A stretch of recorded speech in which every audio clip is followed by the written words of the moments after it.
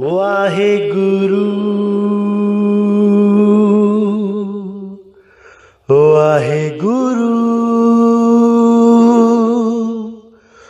वाहेगुरु गुरु वाहेगुरु मेरे गुरु वाहेगुरु गुरु वाहेगुरु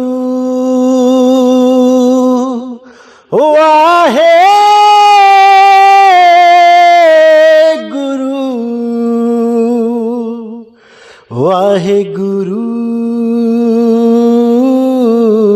गुरु वाहेगुरु वाहेगुरु वाहेगुरु गुरु वाहेगुरु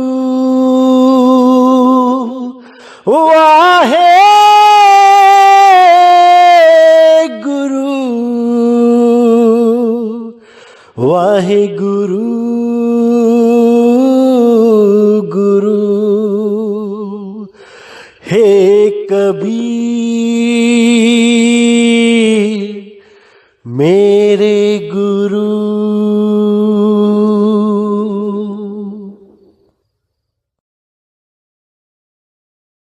नमस्कार मेरे प्यारे भाइयों, मेरे परमपिता परमात्मा के प्यारे जीव हंसों, मैं बंदी छोड़ से यही अरदास करता हूं कि आप सब मेरे भाइयों का विवेक पहले से ज्यादा और ज्यादा से ज्यादा बढ़ता ही जाए और ऐसी कोई दुविधा ना रहे जो मेरे भाइयों के मन में 1% भी भ्रम पैदा कर पाए।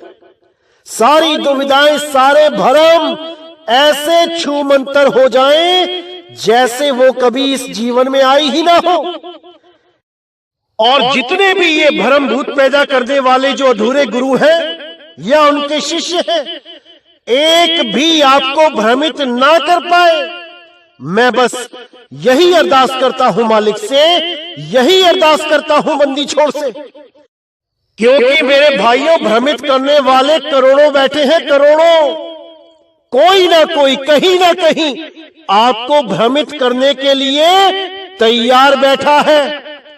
आप बस अपना विवेक थोड़ा सा कम करके तो देखो, कैसे भागे आएंगे भ्रमित करने के लिए।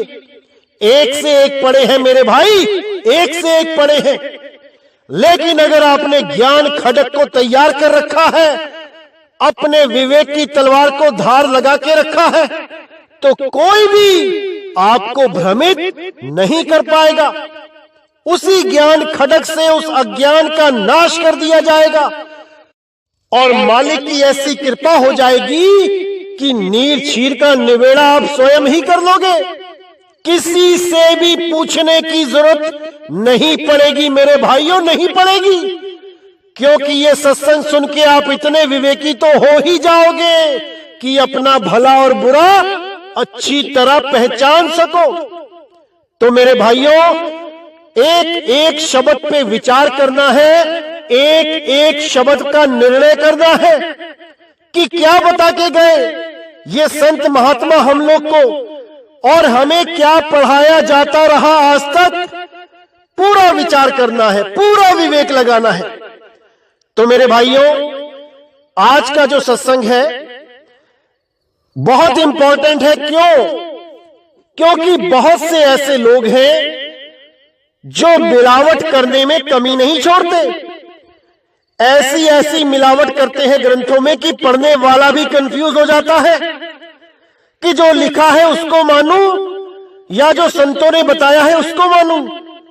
बहुत बड़ी कंफ्यूजन में लोग पड़ जाते हैं केवल लिखी को पढ़ के, क्योंकि इतना विवेक नहीं होता कि लिखी हुई बात को असत्य साबित कर सके।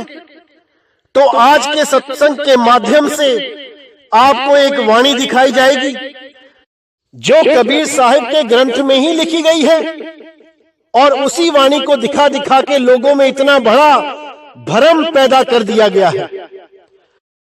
तो उस वाणी पे भी विचार करेंगे और सत्य असत्य का निर्णय करेंगे। तो आइए देखते हैं क्या कहती है वाणी। सोई मैं वर्णन करूं संक्षेप हूं विस्तार, प्रथम ही जन्म कबीर को श्रोता सुनहु उदार।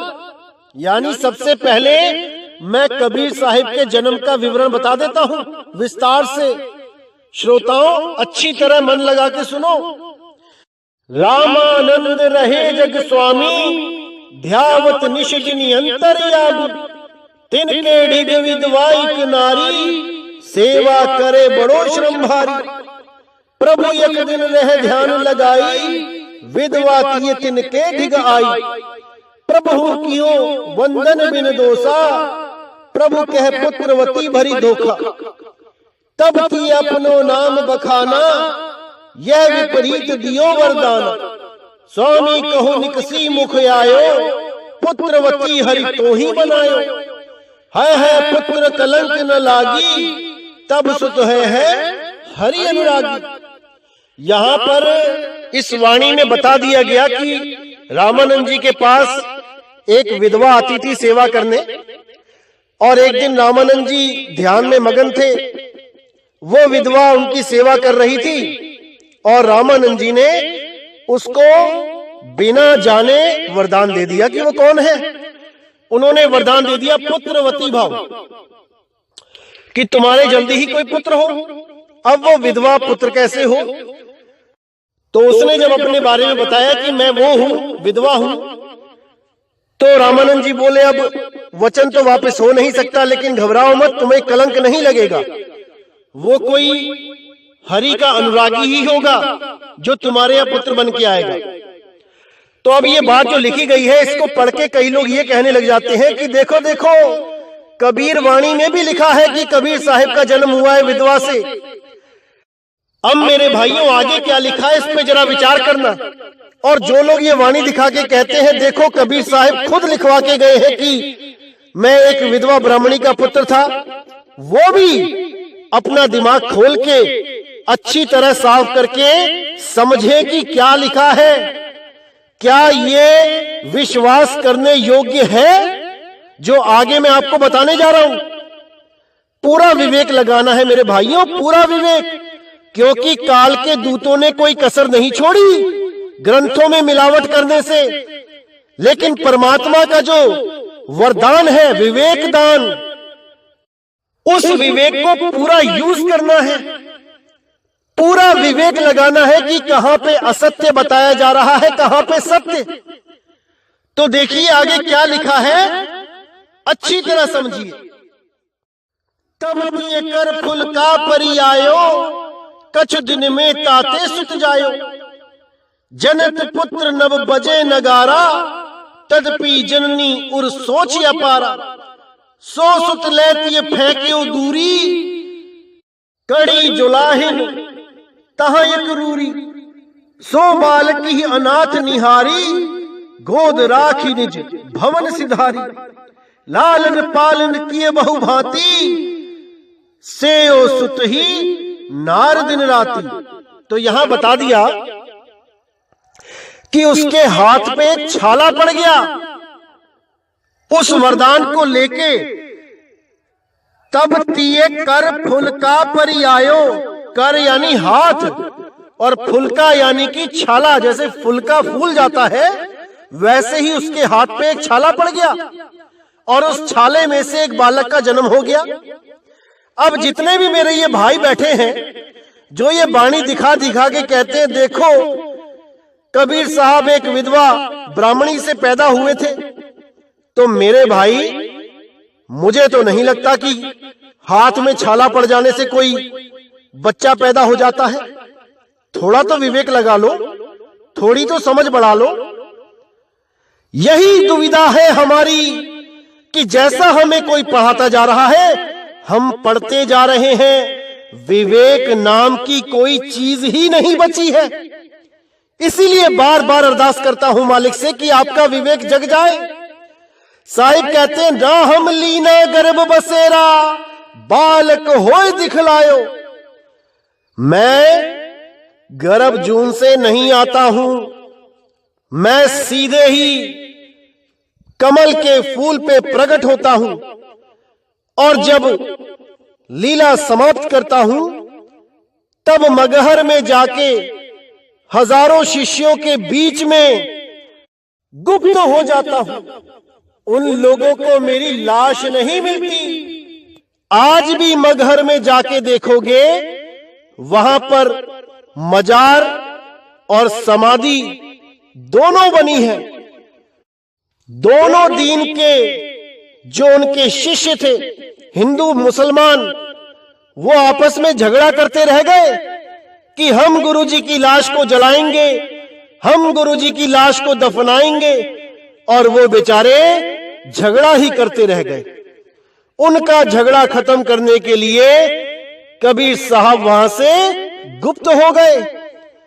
अब वहां पर आज भी एक मस्जिद और एक मंदिर, एक समाधि और एक मजार आज भी बनी हुई है, और ये तब की बनी है जब कबीर साहब वहां से गुप्त हो गए। तो ये प्रमाण है आज भी कि भाई बंदी छोड़ कबीर साहब मां के गर्भ से नहीं आते हैं। वही कबीर साहब छुड़ानी में गरीबदास जी को मिलते हैं। गरीबदास जी ने पूरा ग्रंथ भर रखा है कबीर साहिब की महिमा गा गा के। अब वो कब गए थे यहां से और कितने ही सालों के बाद गरीबदास जी को मिले, धर्मदास जी को मिले, दादू जी को मिले और अब मदन साहिब जी को मिले। तो भाई कबीर साहब क्या है वो अज्ञानी जीव नहीं समझ सकते। केवल ज्ञानी जीव ही समझ सकते हैं कि कबीर साहब क्या है। चलो फिर भी बहुत अच्छा लगता है जब कोई ये भी कह दे कि पहला भगत कबीर है जिसको पूर्ण ज्ञान हुआ था, बाकी के भक्तों को उन्होंने ही जगाया। जब कोई इतना भी बोल देता है तब भी मन को तसल्ली हो जाती है कि चलो ठीक है, आज नहीं तो कल धीरे धीरे मालिक इनको विवेक देगा, जो ये आगे बढ़ेंगे, समझ पाएंगे कि कबीर ही क्यों चुना गया जिसको पूर्ण ज्ञान हुआ। बहुत से लोग ये समझते हैं कि मगहर में कोई पुस्तक पढ़ी थी, उसको जाके जब कबीर साहब ने पढ़ा तब उनको ज्ञान हुआ। मैं बुरा नहीं कहता उन लोग को, अच्छी बात है, कम से कम उनको ये तो पता लगा कि कबीर साहब को ज्ञान हुआ।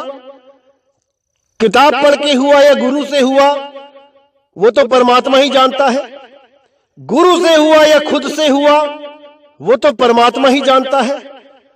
वो भगत थे कि परमात्मा थे ये भी परमात्मा ही जानता है।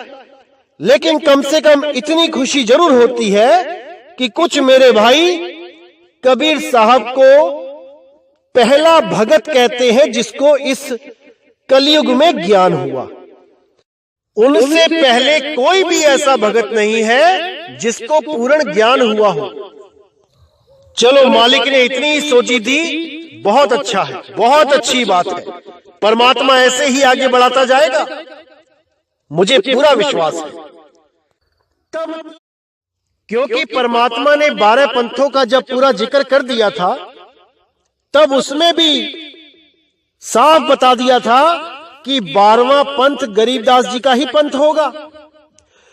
और तो और बहुत से काल के दूत ऐसे भी आ गए हैं जो 12 पंथों को क्या बताते हैं, जो स्वर हैं आ आ ई ई उ उ ए ए, इसी को 12 पंथ बता देते हैं। ऐसे मूर्खों की भी कमी नहीं है इस दुनिया में, और उनको सुनने वालों की भी कमी नहीं है।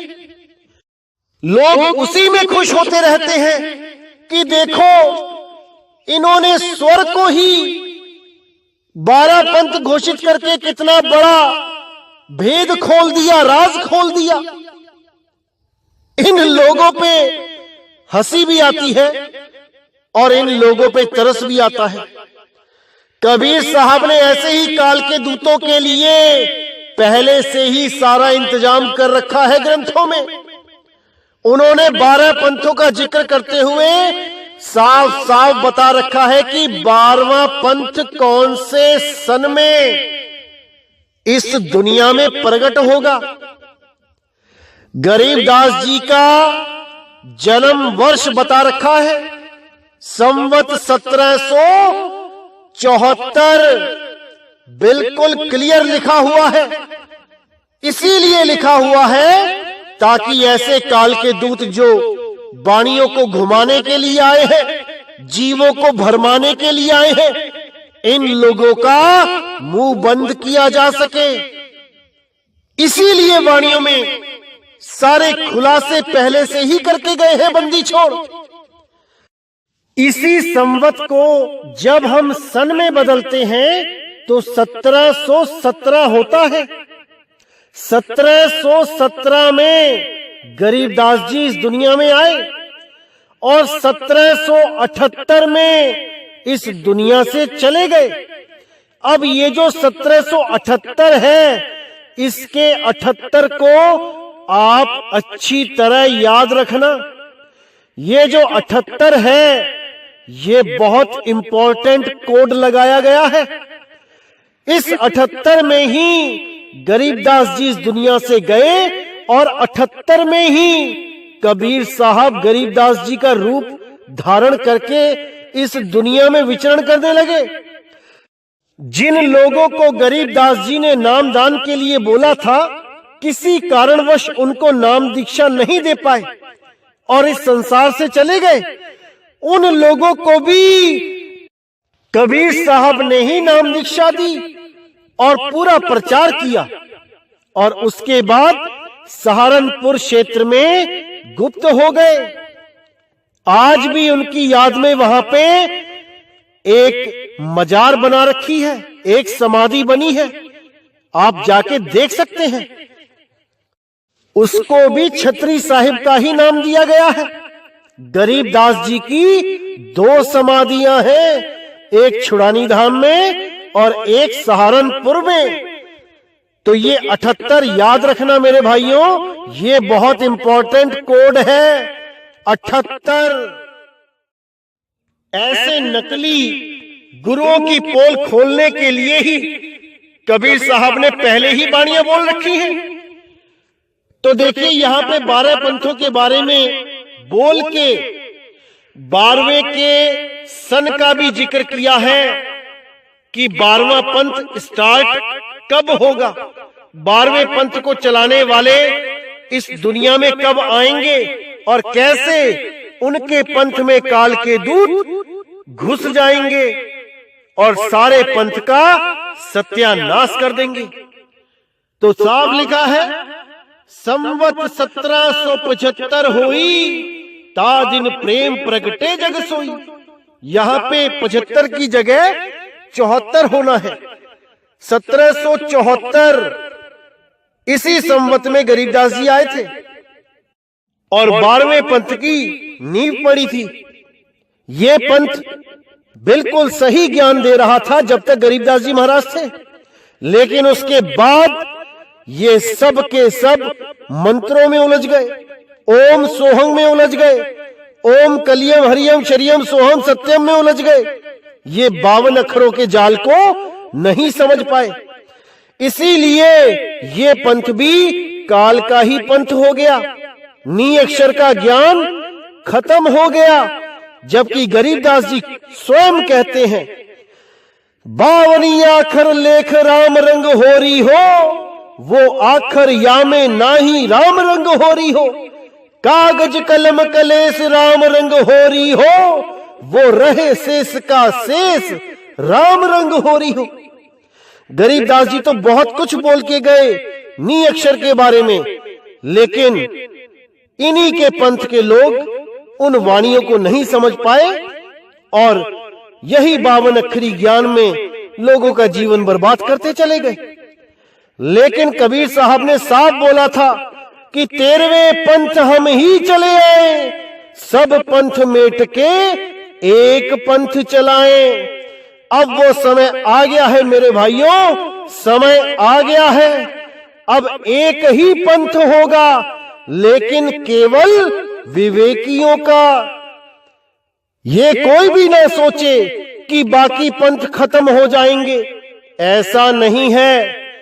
बाकी पंथ भी चलते रहेंगे, लेकिन उनके शिष्य जो भी विवेकी होगा वो आगे बढ़ जाएगा।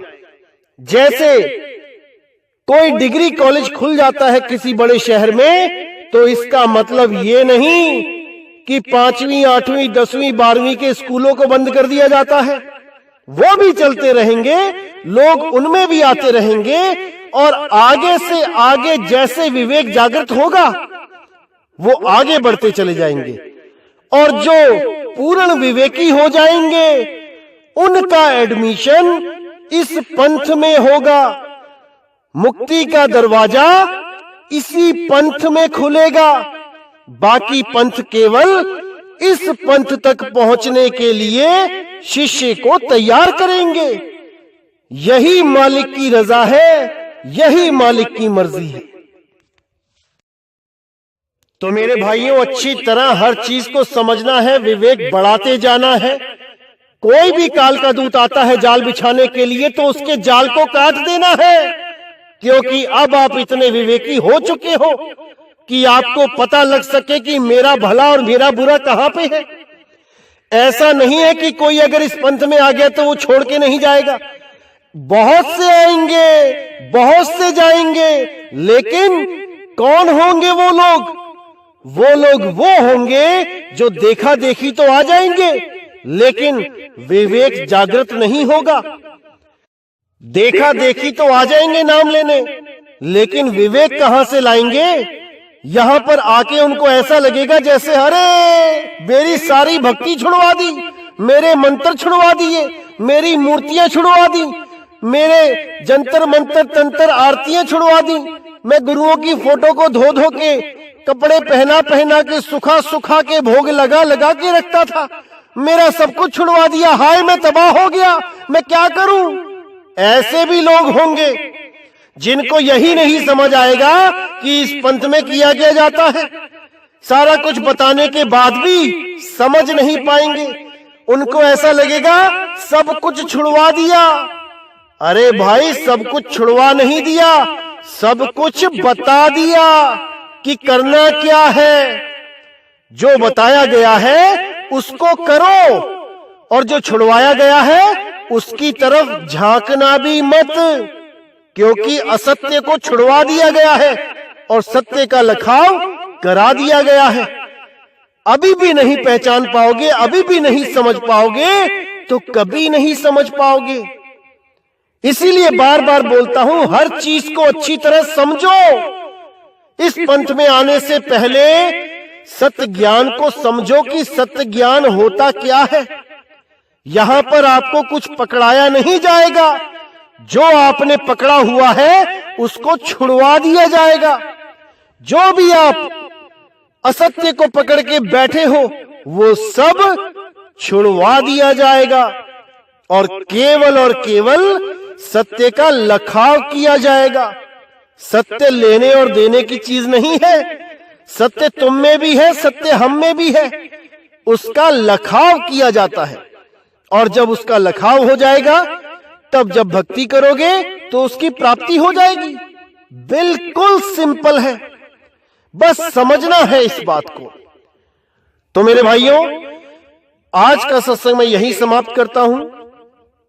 और जो लोग कबीर साहब की ये वाणियां दिखा दिखा के लोगों को भ्रमित करते हैं, वो लोग भी इस वाणी को अच्छी तरह समझे कि क्या कहती है वाणी। तो इसी के साथ मुझे विदा करें। बोले सतगुरु बंदी छोड़ सतगुरु सत्य कबीर साहिब की सदा ही जय हो, सदा ही जय हो मेरे मालिक की साहिब बंदगी सत।